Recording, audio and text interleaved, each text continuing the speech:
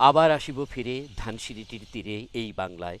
জীবনানন্দ দাশের এই কালজয়ী আকুতিই যেন পাখিদের ভালোবাসার এক অনন্য কাব্যিক দলিল। কবিরে চরণে ধনধান্যে ভরা নয়নাভিরাম এ রূপসী বাংলার প্রতি যে গভীর মমতা ফুটে উঠেছে, হয়তো সেই টানে বাংলার ভ্যানিশকেই নিরাপদ আবাসস্থল মনে করে পাখিরা।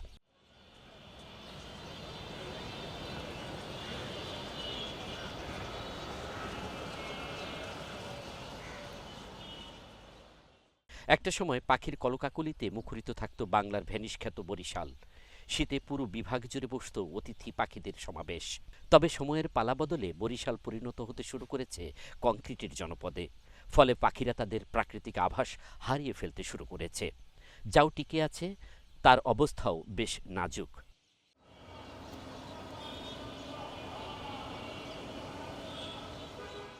প্রতিদিনই বরিশাল নগরীর বিভিন্ন জায়গায় গড়ে উঠছে নতুন নতুন বহুতল ভবন। পাশাপাশি চলছে উন্নয়ন প্রকল্প। আর সেই উন্নয়নের সঙ্গে তাল মেলাতে অপরিকল্পিতভাবে কেটে ফেলা হচ্ছে গাছপালা। এতে বরিশাল জুড়ে সবুজের পরিমাণ যেমন কমেছে, তেমনি প্রাকৃতিক আবাস হারিয়ে ক্ষতিগ্রস্ত হচ্ছে পাখিরা।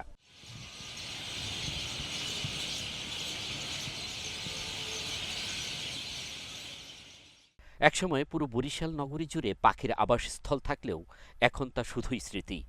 বর্তমানে বিবির পুকুর পাড়ের কয়েকটি গাছ জুড়ে টিকে আছে পাখির কলরব। ছোট্ট জায়গায় কয়েকটি গাছ জুড়ে বিভিন্ন জাতের পাখিরা স্থায়ী আবাস গড়েছে সেখানে।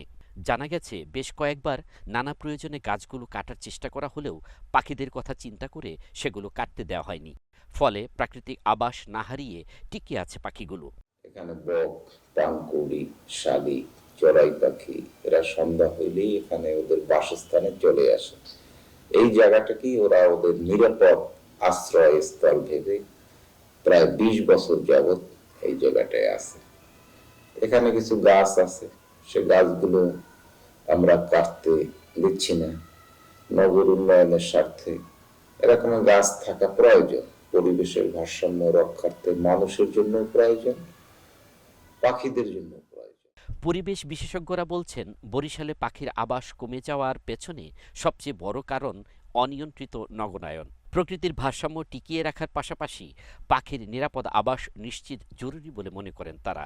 আর নগরায়নের ফলে পাখিদের প্রাকৃতিক আবাসস্থল ও জীবনচক্রে যেন প্রভাব না পড়ে সেদিকে কঠোর নজরদারির কথা জানায় নগর কর্তৃপক্ষ। গাছপালা নেই, এটার মূল একমাত্র কারণ যে বরিশাল একটা সিটি কর্পোরেশন এলাকা, এখানে পরিকল্পিত কোনো এখন পর্যন্ত কার্যক্রম সিটির উদ্যোগে নেওয়া হয়নি। অনেকেই অনেক সময় বলে থাকে যে মাস্টার প্ল্যানে এইগুলো আগাবো আমরা বা এই নগর উন্নয়ন করব, কিন্তু এগুলো কথার মধ্যেই থেকে যায়, কিন্তু বাস্তবতা এটার কোনো মিল এখন পর্যন্ত আমরা পাচ্ছি না। যারা প্রাণী জগতে আমরা যারা আছি তাদের জন্য পাখি খুবই গুরুত্বপূর্ণ একটা বিষয়, এবং তার থাকার জন্য যে জায়গার জন্য সেটা হলো গাছপালা, ফলের গাছ। বিশেষ করে ফলের গাছ হলে তাদের খাবারের ব্যবস্থাগুলো হয়। নগর পরিকল্পনার মানদণ্ড অনুযায়ী একটি আদর্শ শহরে 25% সবুজ এলাকা থাকা প্রয়োজন। পরিবেশের ভারসাম্য রক্ষায় 25% বনভূমি নিশ্চিত করা এখন সময়ের দাবি। আল মাসুদ নয়ন, নাগরিক প্রতিদিন।